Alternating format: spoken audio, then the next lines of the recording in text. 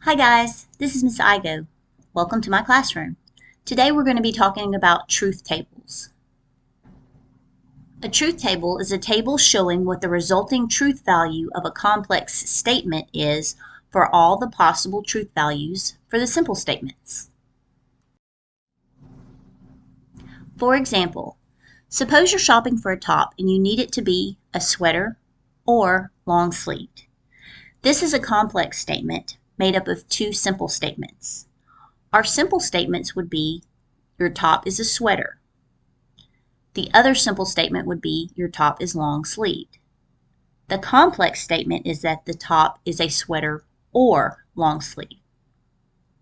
Let's create a truth table to find the truth values of the complex statement. Here's our truth table. The first and second columns represent our simple statements. The first one being that the top is a sweater, and the second one being that it's long sleeved. If your top is a sweater, we're going to put T for true. If it's not a sweater, we're going to put F for false, and the same with long sleeve. So let's fill these in. If we have a top that's a sweater, I'm going to put a T, and then if the sweater is also long sleeved, we're going to put a T under the L. Okay, then we could have a top that's a sweater, but it's not long sleeved. So the L would be false. We could have a top that's not a sweater, but that is a long sleeve. Or we could have a top that's not a sweater, and that is also not long sleeve. Now let's look at the complex statement. We're going to put true if our top is a sweater or if it's long sleeved. It's important to note that in logic, or is not exclusive, which means that if it has both features, then it does meet the condition. So in our first row, our top is a sweater and it's also long sleeve. So that means S or L is true. For the second row, it's a sweater, it's not long sleeved, but if either one is true, if it's a sweater or if it's long sleeve, then the complex statement is true. So in the third row, we have that it's long sleeved. So again, if either condition is met or if both conditions are met, then the complex statement is true for it being a sweater or long sleeve. The only one that would cause our complex statement of it being a sweater or long sleeve to be false is if they're both false. If they're both false, then neither condition is met, and so the complex statement is false. When we're dealing with truth tables and complex statements and the combinations of simple statements, we have symbols that are used in these truth tables. This symbol, which looks like an upside down V, is used for and. So A and B is notated like this, A, the upside down V, and B. This is related to the union and the intersection of sets. If you'll remember, the intersection of a set is represented by the upside down U. So if you'll remember, the intersection of two sets includes only what is in both sets. So when we're dealing with truth tables, the intersection or and is going to mean that it has to be true in both sets or in both statements in order for it to be true when the symbol for and is used.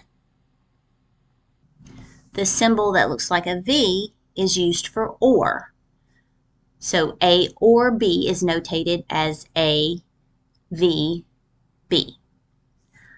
This is related to the union of sets. Remember, the union means anything that's in either set. So when we're using the V and we're talking about truth tables, that means that If it's true in either set or both, then it's true when we use the symbol for or. The last symbol is this little squiggly line, and it's used for not, or the opposite of. So not A uses this notation. So if A is true, not A would be the opposite, or it would be false. Let's fill in some truth tables using those symbols. So here we have A, and then it looks like a V with B. So remember, this means A or B. So A or B means that if either A or B is true, then the combination of the two, or, is also true. In this first row, both A and B are true, so that means A or B is true. In the second row, A is true, and remember, if either one is true, that means A or B is true. In the third one, B is true, so that means A or B is also true. In the last one, A is false and B is false. Neither one of them is true, so that means A or B is false. Here, we're combining A and B with the upside down V, which means and. So in order for A and B to be true, they must both be true. In the first row, A is true and B is true. They're both true, so that means A and B is true. In the second row, A is true, but B is false. So that means A and B is not true, it's false. In the third one, we only have one of them that's true, so A and B is false. And in the last one, of course, A and B are both false, so that means A and B is also false. They have to both be true in order for A and B to be true. And then remember, this little symbol here just means not A. That would just mean the opposite of whatever A is. So if A is true, not A is false. If A is false, not A is true. Here we have a truth table with 3 simple statements, A, B, and C. If you'll notice, there's a lot more choices. If your columns for A, B, and C, or whatever your simple statements are not filled in, notice that you're going to have half that are true and half that are false. So for A, I have 4 true and 4 false. For B, I also have 4 that are true and 4 that are false. And then for C, again, I have 4 that are true and 4 that are false.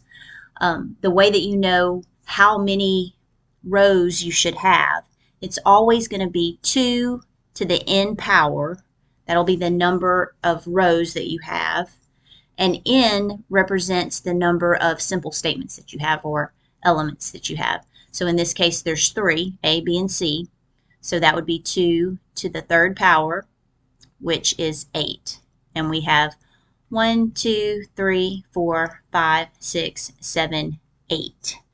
When we had the table that only had A and B, let's just go back to this one.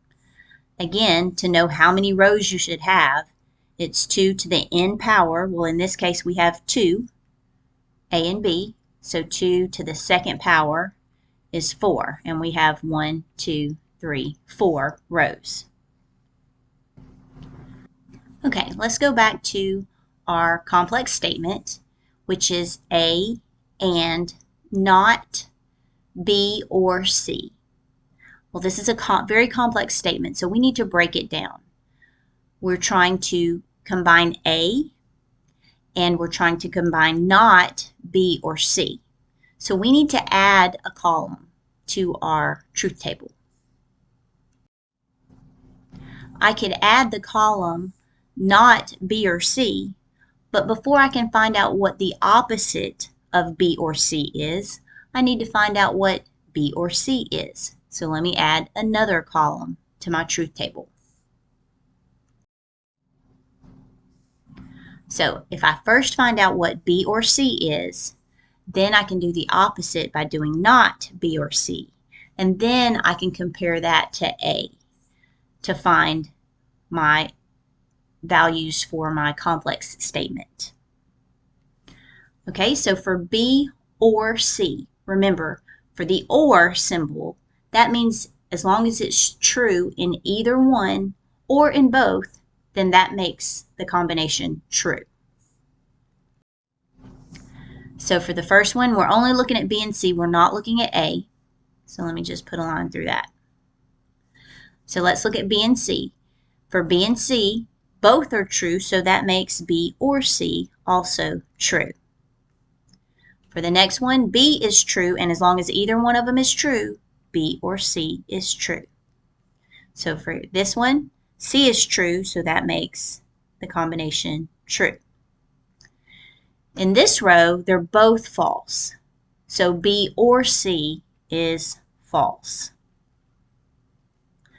Again, for this one, they're both true, so that makes B or C true. This one has B that's true, so this is true. And this has C that's true, so B or C is true. But for this one, they're both false, so that makes B or C false. Now that we have B or C, we can do not B or C. And remember, that's just going to be the opposite of whatever this is. So since this is true, not B or C is false. This would be false. This is true, so that means not B or C is going to be false. This is false, so not B or C would be true.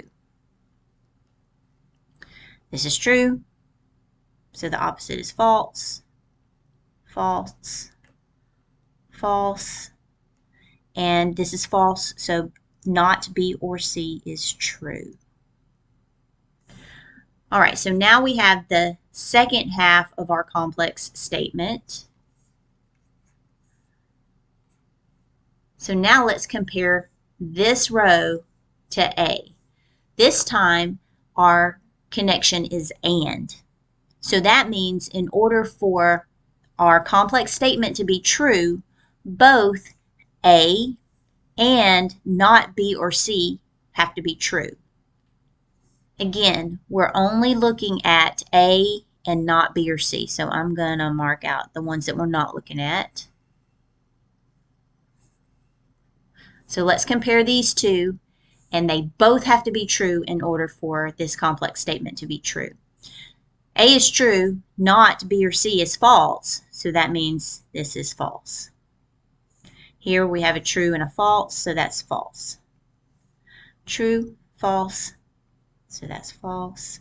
Here we have true and true. They're both true, which makes the combination, the complex statement, true. Both of these are false, so that means this is false. Both of these are false, so this is false. Both are false, so this is false. Here, one of them's true, but they both have to be true, so this is false. So we only have one statement or one combination that meets the criteria for our complex statement to be true.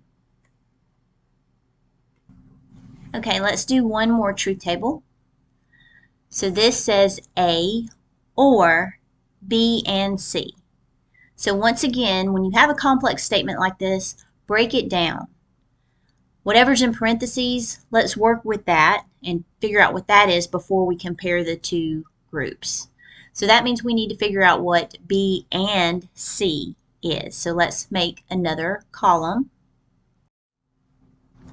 to find B and C. So remember, if it's and, that means they both have to be true.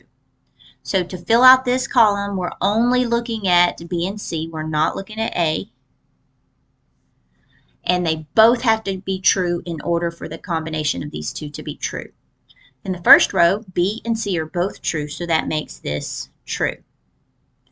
In the second one, we only have one that's true, so B and C are false. Here again, only one is true, so this is false. Here they're both false, so of course B and C are false. Okay, we have another one where they're both true, so that makes B and C true. Here only one is true, so B and C is false. Only one, so it's false. And there's no true ones, so this is false. So now we want to compare B and C with A. So we're no longer looking at these. We're going to look at A and B and C, and this time it's or. A or B and C. So when it's or, that means either one can be true or both of them can be true, and that makes the complex statement true. So in this first row, A is true and B and C is true, so that makes the complex statement true. Again, or means either one. So in the second row, A is true, B is false, but as long as one of them is true, the complex statement is true. Here, one is true, so this is true. Again, one is true, so that makes the complex statement true. Here, the A is false, but B and C is true, so this is true. In this row, they're both false, so that makes the complex statement false. In this one, they're both false, so this is false. And in the last one, they're both false, so this is false. So that's how you can create truth tables to determine the values of your complex statements. I hope you enjoyed this video, and I hope it really helped you. If it did, make sure that you share it with your classmates, and don't forget to subscribe to my channel.